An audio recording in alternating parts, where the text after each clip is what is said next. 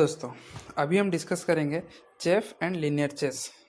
अभी जो अगस्त lung challenge चल रहा है कोडसेप में, इसका पहला क्वेश्चन मैं ऑलरेडी डिस्कस कर चुका हूं एंड वो ऑलरेडी मेरे इस प्ले लिस्ट में है।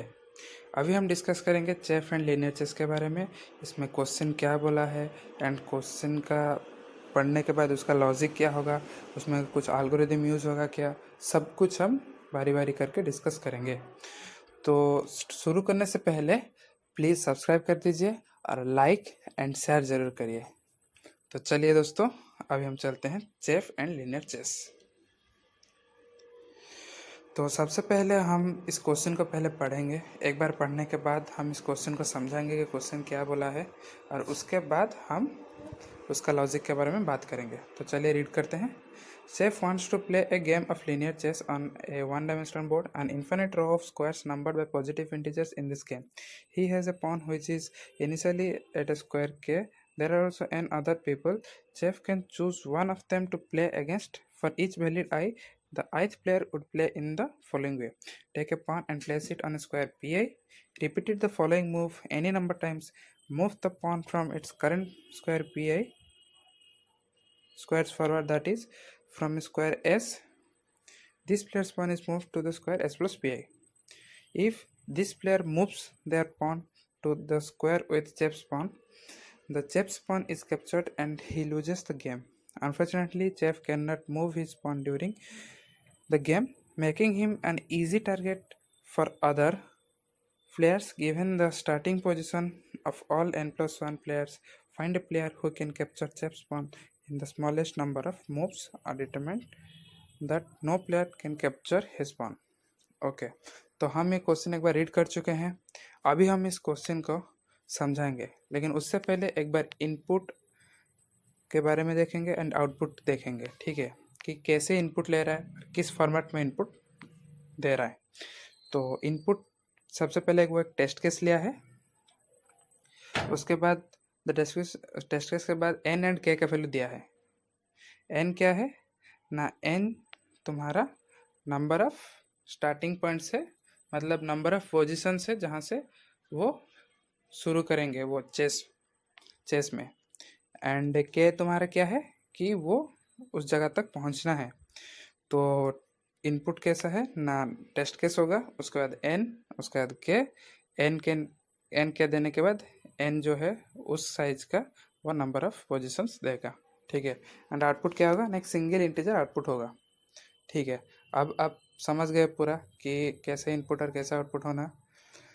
अभी हम क्वेश्चन को डिस्कस करेंगे। तो इस क्वेश्चन में इतना ज़्यादा कुछ सोचने का नहीं, बहुत ही इजी है एंड सिंपल है, एंड इसको इतना कुछ बोल के समझा के कुछ फ़ायदा नहीं है। हम इसका जो जिस्ट है, मतलब जो पॉइंट है, उससे हम शुरू करेंगे। तो बेसिकली एक बोला है, एक पॉइंट है, ठीक है, के जहाँ पे आपको पहुँचना है। ठीक है, गेम का रूल पहले डिस्कस कर लेते हैं कि जहाँ पे आपको पहुँचना है वो के, एंड वो के कैसे पहुँचेगा ना, कुछ स्टार्टिंग पॉइंट देगा और वो स्टार्टिंग पॉइंट से उस पॉइंट तक पहुँचना है। तो कैसे पहुँचेगा कि वो उस पॉइंट से आगे जाएगा जितना नंबर है उसका। लेट से अभी वो x में है तो वो आगे जाएगा 2x, फिर आगे जाएगा 3x, फिर आगे जाएगा 4x, मतलब उसका मल्टीपल जा सकता है वो। लेट से अभी वो है 10 पे एंड वो जाएगा उसके बाद 20, फिर उसके जाएगा 30, उसके बाद जाएगा 40, ऐसे करके जाएगा वो। तो ऐसे हुआ आपका पहुंचने का रूल, अब बता दिया गया। ऐसा हुआ आपका पहुंचने का रूल जो कि आपको बता दिया गया है। कैसे, अभी हम जाएंगे क्वेश्चन के टेस्ट केस के ऊपर।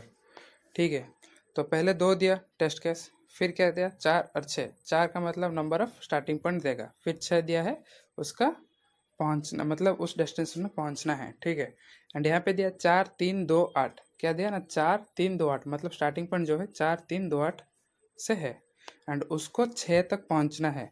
और उसके बाद वो बोल रहा है कि सबसे कम स्टेप में कौन पहुंचेगा। तो इसलिए हमको फाइंड आउट ये भी करना है कि सबसे कम स्टेप में वो कौन पहुंचेगा, सो दैट तो हम ये पूरा क्वेश्चन आपको समझा दिए कि उसका स्टार्टिंग पॉइंट है एंड उसका एंडिंग पॉइंट भी दिया गया है, एंड सबसे कम स्टेप में वो कौन सा नंबर से जो कि वो पहुंचेगा। तो चलिए उसका हम सल्यूशन अब आप तुम लोग को बताते हैं। तो दोस्तों एक चीज़ देखिए कि 6 तक पहुंचेगा और उस स्टेप को रिपीट करेगा, इसका मतलब स्टार्टिंग पॉइंट जो होगा वो उससे रिमाइंडर उसका रिमाइंडर उसके साथ 0 होगा, मतलब वो उससे डिविजिबल हो रहा होगा एक होल नंबर के साथ। जैसे अभी हम देख लेते 4 और 6, तो 4 और 6 में 6 4 अगर हम डिवीजन करेंगे तो रिमाइंडर बच जाता है, ठीक है। लेकिन अब 3 से डिवीजन करेंगे तो रिमाइंडर नहीं बचेगा, 0 होगा। 2 से डिवीजन करेंगे तो रिमाइंडर 0 होगा। 8 से करेंगे तो रिमाइंडर बच जाएगा, मतलब 6 है, ठीक है।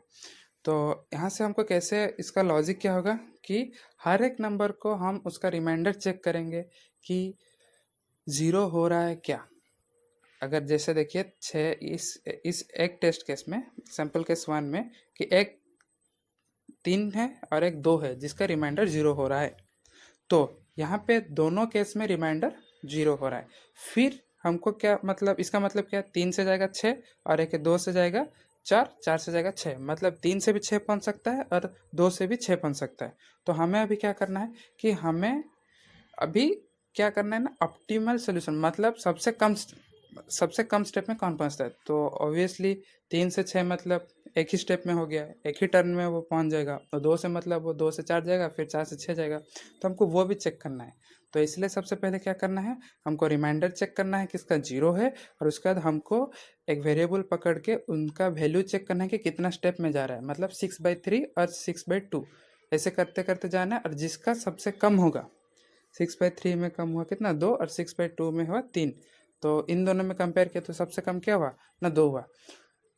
तो वैसे सबसे कम टर्न कौन है चेक करना है, और जैसे हमको मालूम चल जाएगा तो वो हो जाएगा किस क्या आंसर ना, वो हो जाएगा आंसर। जैसे कि यहाँ पे आउटपुट 3 है क्योंकि 3 सबसे कम टर्न में पहुँच रहा है।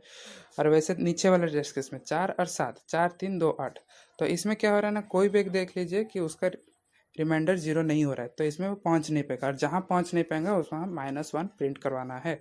तो बस आपके लिए हो गया।